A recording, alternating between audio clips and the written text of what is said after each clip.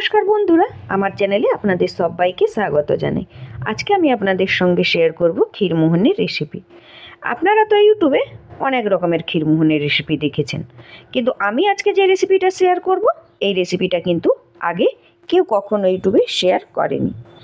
সবাই যখন শেয়ার করে ক্ষীরমোহনের রেসিপি, সবাই কিন্তু দোকানের মতো শেয়ার করে। দোকানে যারা বানায় তাদের এক্সপিরিয়েন্স থাকে, তারা বানিয়ে নেয়। আমরা যখন সেই সেম রেসিপি ঘরে ট্রাই করি, কিন্তু আমরা বানাতে পারি না, ফেল হয়ে যায়।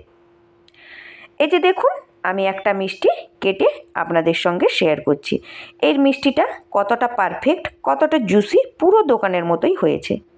তাই আমার পুরো ভিডিওটা স্কিপ না করে দেখুন। পুরো পারফেক্টভাবে কিন্তু ঘরে কিভাবে বানাতে পারবেন, যারা কোনো দিনও বানাননি তারাও কিন্তু আমার সকল প্রকার টিপস মেনে বানালে ঘরে পুরো পারফেক্টভাবে বানাতে পারবেন। আমি এখানে নিয়ে নিয়েছি গরুর দুধ। দুধটাকে আমি ভালোভাবে ফুটিয়ে গ্যাসের ফ্লেম বন্ধ করে দিয়ে দিলাম ভিনেগার মেশানো জল। এখন দেখুন দুধটা ভালোভাবে ছানা কেটে গেছে। এখন আমি ছানাটাকে কিন্তু বেশিক্ষণ গরম জলের মধ্যে রাখবো না, নাহলে কিন্তু ছানাটা শক্ত হয়ে যাবে। আমি নিয়ে নিয়েছি এই যে এইরকম একটা ছাঁকনি, ছাঁকনির উপরে আমি রেখে দিলাম কটন কাপড়। এখন আমি ছানাটাকে এই কটন কাপড়ের মধ্যেই ছেঁকে নেব। এখন আমি ছানাটাকে ঠান্ডা জল দিয়ে ভালোভাবে ধুয়ে নেব, যাতে ভিনেগারের কোনো গন্ধ বা স্বাদ ছানার মধ্যে না থাকে। এই যে দেখুন, আমি ভালোভাবে ছানাটাকে ধুয়ে নিয়েছি। এখন আমি প্রেস করে করে ছানার যে এক্সট্রা জলটা, ওই জলটা নিংড়ে নেব। এই যে দেখুন, আমি নিংড়ে নিয়েছি। ছানা থেকে যে এক্সট্রা জলটা বেরিয়েছে ওটাকে আমি ফেলে দেব।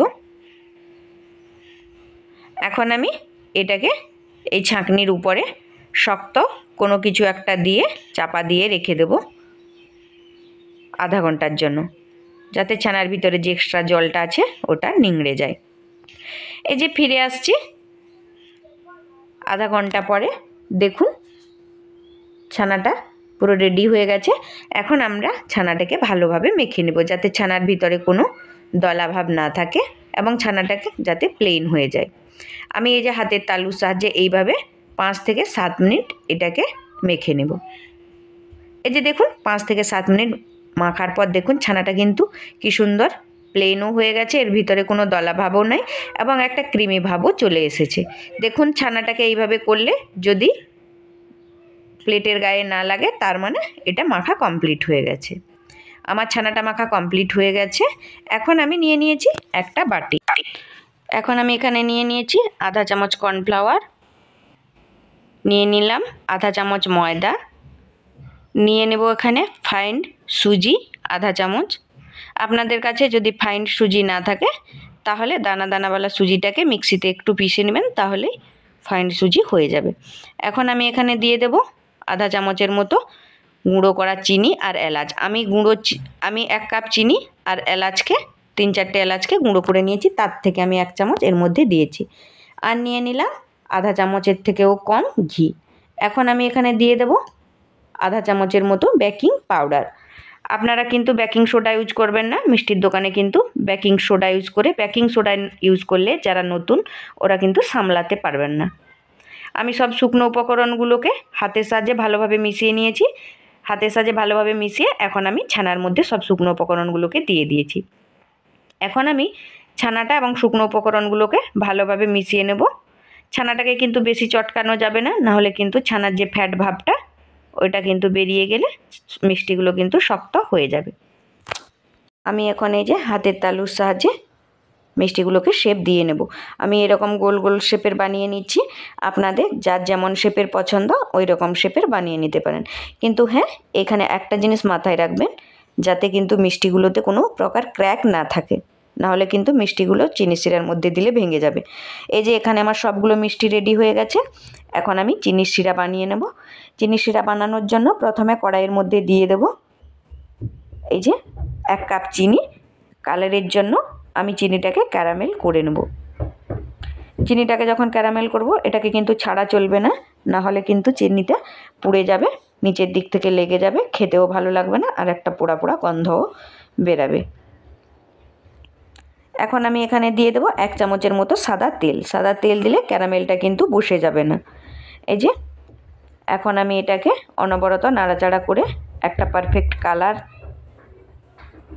বানিয়ে নেব। এই যে দেখুন কি সুন্দর কালার চলে এসেছে, চিনিটা পুরো গলে গেছে এবং সুন্দর একটা কালার চলে এসেছে। আমাকে কিন্তু আরও একটু ডিপ কালারের প্রয়োজন, তাই আমি এটাকে আরও 1 থেকে 1.5 মিনিটের জন্য এই যে এইভাবে নাড়িয়ে নেব। এখন কিন্তু আমার পুরো পারফেক্ট কালার চলে এসেছে। এই যে দেখুন পুরো পারফেক্ট কালার চলে এসেছে। এখন আমি এখানে মিশিয়ে দেব 1 কাপের মতো জল। প্রথমে আমি দিয়ে নেব 1 কাপ জল, এই যে, তারপরে আমি দিয়ে দেব আরও 1 কাপ জল।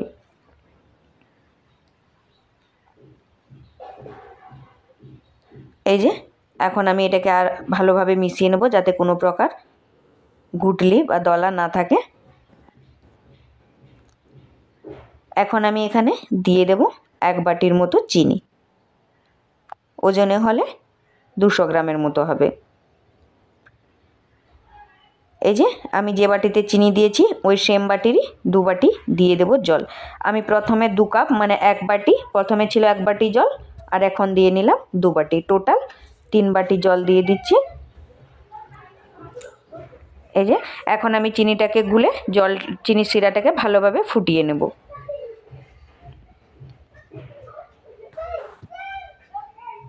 এখানে আমি 2টো এলাচকে থেতো করে দিয়ে নিয়েছি। এই যে দেখুন এখন চিনিটা ধীরে ধীরে গুলে গেছে এবং জলটাও পুরো টকবক করে ফুটছে। এই পর্যায়ে আমি সবগুলো মিষ্টিকে এর মধ্যে ছেড়ে দেব। গ্যাসের ফ্লেমটা কিন্তু পুরো হাই ফ্লেমে থাকবে। মিষ্টিগুলো আমি ছেড়ে দিয়ে হাই ফ্লেমে 10 থেকে 12 মিনিটের জন্য কিন্তু ঢাকা দিয়ে মিষ্টিগুলোকে ফুটিয়ে নেব। আমি প্রথম যে 10 থেকে 15 মিনিট ঢাকা দিয়ে ফোটাবো তখন কিন্তু গ্যাসের ফ্লেম থাকবে হাই ফ্লেমে। যে হাই ফ্লেমে ঢাকা দিয়ে 10 থেকে 12 মিনিট ফোটানোর পর এই যে মিষ্টিগুলোর লুক দেখুন, মিষ্টিগুলো ফুলে ডাবল হয়ে গেছে। এখন আমি গ্যাসের ফ্লেমটা মিডিয়াম টু লোতে করে আরও ফুটিয়ে নেব 30 থেকে 35 মিনিট। এই যে দেখুন 30-35 মিনিট আরও ফোটানোর পর মিষ্টির যে শিরাটা, চিনির শিরাটা ওটা কিন্তু মোটা হয়ে গেছে। এখন আমি এখানে ফোটানোর জল মিশিয়ে দেবো 2 থেকে 2.5 কাপ।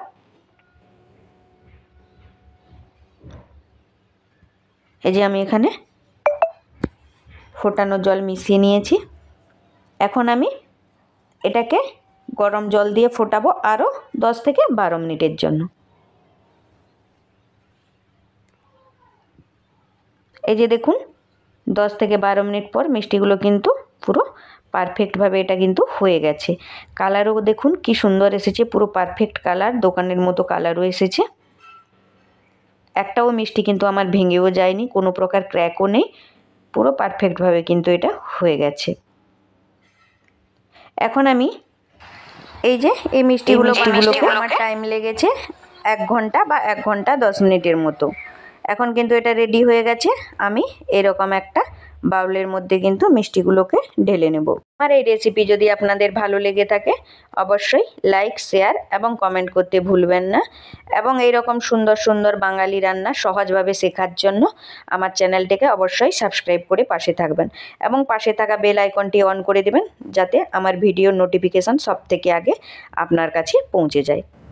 এখন আমি এই কাঁচের বাটির মধ্যে 5 থেকে 6 ঘন্টা মিষ্টিটাকে চিনির শিরার মধ্যে ছেড়ে দেব। 5 থেকে 6 ঘন্টা চিনির শিরার মধ্যে থাকার পর এটাকে কিন্তু একটা ঝাঁঝরি বা জালির সাহায্যে মিষ্টির যে এক্সট্রা রসটা ওইটাকে কিন্তু নিংড়ে নিতে হবে বা ঝরিয়ে নিতে হবে, তাহলেই কিন্তু পারফেক্ট ক্ষীরমোহন তৈরি হবে।